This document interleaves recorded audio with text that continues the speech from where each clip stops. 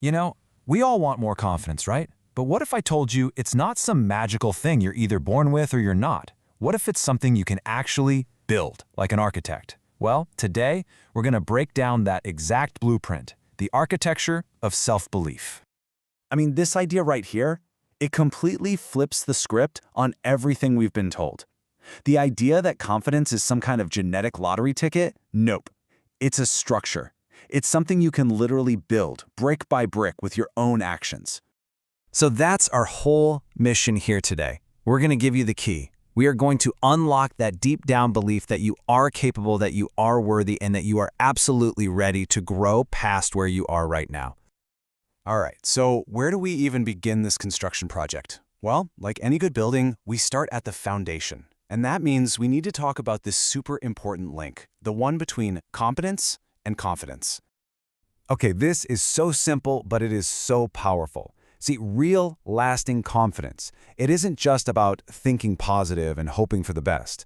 No, it's an earned belief. It's a direct result of doing stuff.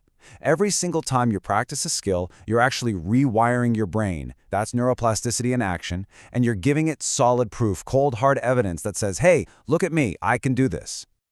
So, if confidence is the foundation, then how do we start laying the bricks? Let's get super practical. I'm going to give you a 3-step blueprint to build this thing from the ground up. Okay, we've got 3 really powerful, totally actionable strategies coming up. First, a mental hack called the small wins method. Second, a physical one using what's called power posture. And third, a verbal hack to completely reframe that self-doubt. Think of these as your toolkit.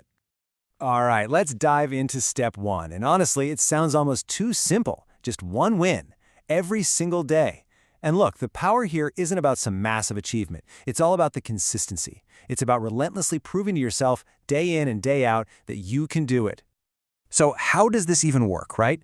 Well, think about it. By writing down just one win, and I mean it can be tiny, like you finally cleared out that messy inbox or just went for a walk, you're basically becoming a detective. You're gathering data.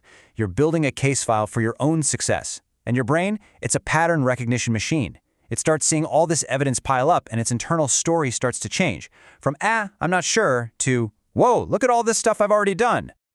Okay, tool number 2 is, it's just fascinating, because this one works from the outside in. The idea is simple but really profound. Your own body can actually teach your mind how to feel. It's a technique known as power posing.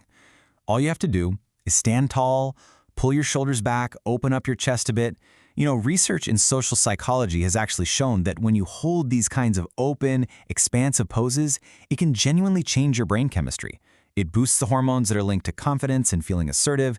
It's pretty much a physical hack for your mental state. Kind of cool, right? All right, our third strategy. This one goes right after that little critical voice inside all of our heads. It's all about the words we use with ourselves. It's a kind of cognitive reframing. So on one side, you've got that language of fear, which is a total dead end. I can't. But on the other, you've got the language of growth, which is like an open road. I am learning too. I'm telling you, this tiny switch in how you talk to yourself is a total game changer. I can't do public speaking.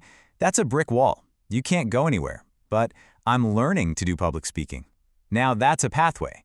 It doesn't deny that it's a challenge, but it puts the focus on growth, on the process. It takes the fear out of the equation and just invites progress. Okay, so all these strategies sound pretty good in theory, right? But you might be thinking, where's the proof? Does this stuff actually work in the real world? Well, let's look for it in the people we admire most. Seriously, think of anyone you look up to, a great speaker, a leader, an artist, anyone. We see them now, all polished and perfect, and we just assume, wow, they were born confident. But that's not the truth. The truth is, their confidence is the end result of a long, messy journey. They got confident because they tried, and they failed, and they got back up, and they just kept putting in the work. Their confidence was earned. It was never just handed to them. And you know, all of this, it leads us to maybe the most important mindset shift of all. If we really want to build confidence, we have to start by totally redefining what it even means. Yeah, let this one really sink in for a second. We chase after confidence, thinking it's this magical state where we'll never feel fear again, we'll never make a mistake, but that's not it at all. True confidence is just the courage to act even when you're afraid. It's the willingness to just show up and try even when you know you might not be perfect. It's all about starting, not about being flawless. So, we're going to end with the most important question of all. And this one is for you. Because this whole thing isn't just about understanding the theory, the architecture. It's about laying that very first brick. So what is it? What is that one small step, that one small win that you are going to take today?